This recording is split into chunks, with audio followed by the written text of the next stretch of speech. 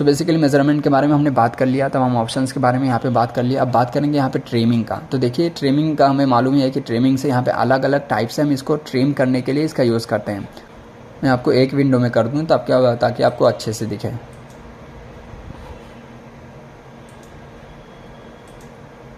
Basically trimming, इससे नाम से ही पता चल रहा है कि तमाम को हम ट्रिम करने के लिए करते हैं। यहाँ पे देखिए ऑटोमेटिक ट्रिमिंग, जब से इस पर क्लिक करेंगे तो ये ऑटोमेटिक ट्रिम हो जाएगा। यहाँ पर देखिए यहाँ से यहाँ तक ये ऑटोमेटिक यहाँ पे ट्रिम हो गया है। और अगर आप इसको मैनुअली ट्रिम करना चाहते हैं तो यहाँ पे एक ऑप्शन रहता है कि मैनुअली आप इसको ट्रिम कर सकते हैं। देखिए यहाँ पर अब ये ट्रिम हो गया यहाँ पर। देन उसके बाद में अगर इसको आप रिलीज़ करना चाहते हैं, ये जो ट्रिमिंग की है इसको रिमूव करना चाहते हैं, तो यहाँ पे रिलीज़ ट्रिमिंग इसका यूज़ करेंगे तो ये यहाँ से रिमूव हो जाएगा। देन इसके बाद में और ये जो रहता है auto fit to window, basically इसका यूज़ उस टाइम होगा जैसे हम यहाँ से मैनुअल ट्रिमिंग कर लेंगे। मैनुअल ट्रिमिंग कर लिए हैं देखिए यहाँ पर। अब उसके बाद में अब इसको ऑटो फिट टू विंडो जब इसको करेंगे तो ये पूरे विंडो में ये फिट हो जाएगा। देखिए इस तरह से ये फिट हो गया है। और ये है कि इसको सेलेक्ट करने के लिए इसका यूज़ करते हैं। अब ये देखिए यहाँ पे ट्रिमिंग एंड रोटेट, ये जो हम इसको ट्रिम किया इसको रोटेट करने के लिए इसका यूज़ करते हैं यहाँ पे।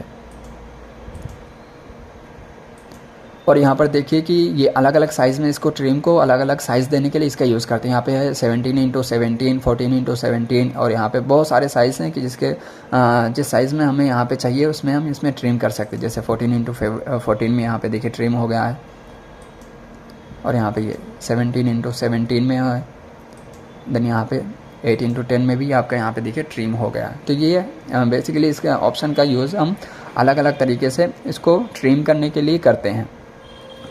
सो इस ऑप्शन के बारे में जान लिया।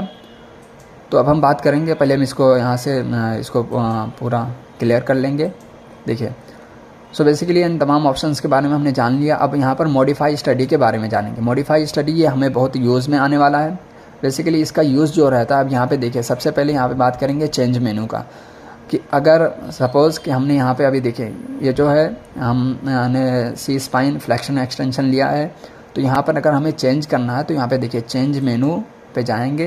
देन उसके बाद में अगर हमें उसको चेंज करना है कि हमें फ्लेक्शन एक्सटेंशन नहीं लेना है या सी स्पाइन लैटरल लेना है, तो यहाँ से हम अपने अकॉर्डिंग उसको यहाँ से हम चेंज कर सकते हैं। जिस पे जो भी हमें चेंज करना है यहाँ से लेना है तो देन हम यहाँ पे चेंज कर सकते हैं। यहाँ से इसको सेलेक्ट करेंगे। सेलेक्ट करने के बाद में देखिए यहाँ पे है, सेलेक्ट करने के बाद में फिर यहाँ पे फिनिश करेंगे तो वो हमारा चेंज हो जाएगा। तो अभी हमें नहीं करना, सिर्फ इसे बताना है, तो इसीलिए मैं अभी यहाँ पे नहीं कर रहा हूँ। तो अभी इसको क्लोज़ कर देंगे इस तरह से। देन उसके बाद में मिक्स एक्सपोजर, इसका यूज़ उस टाइम होता है कि जस्ट लाइक अगर यही है कि हमारा अगर इसमें कुछ मिस हो गया है तो देन हम क्या करेंगे, उस पर क्लिक करेंगे।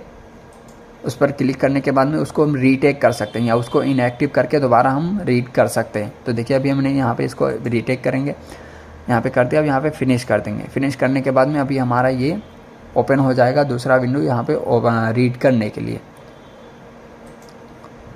तो ये हो गया। और ये है कि अगर कोई पुराना पेशेंट है, हमें उसको दोबारा एक्सरे लेना है और एक ही में रीड करना है, कि जैसे जस्ट लाइक ये एक पेशेंट है, इसका हमें आज दोबारा हम एक्सरे ले रहे हैं, तो अगर हमें इसी में रीड करना है तो यहाँ पे देखिए एडिशनल एक्सपोजर में जाएंगे कि तो फिर उसके बाद में किसी भी बॉडी पार्ट को दोबारा हम इसी पेशेंट के आईडी में हम रीड कर सकते हैं। दोबारा रजिस्टर करने की ज़रूरत नहीं है। तो जिस भी बॉडी पार्ट को हम ले रहे हैं, देन उसके बाद में हम यहाँ पे बॉडी पार्ट को सेलेक्ट करेंगे। सेलेक्ट करने के बाद में फिर यहाँ पे फिनिश कर देंगे। तो देखिए फिनिश करेंगे तो यहाँ पे अभी देखिए रीड करने के लिए आएगा। अभी तो नहीं आ रहा, मैं आपको थोड़ा सा रिफ्रेश करके दिखा दूँ। देखिए थोड़ा सा रिफ़्रेश करके आपको दिखा दूं। अभी जो मैंने किया है, 2 ऑप्शन से यहाँ पे किया, अभी वो यहाँ से एक्टिव होगा। देखिए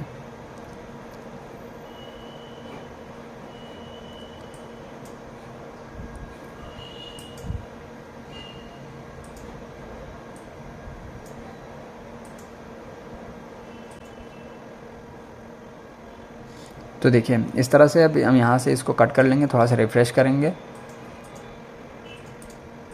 फिर यहाँ पे पेशेंट पे देखिए डबल क्लिक करेंगे तो देखिए अब यहाँ पे हमारा ये एक्टिव हो गया है। यहाँ पे देखिए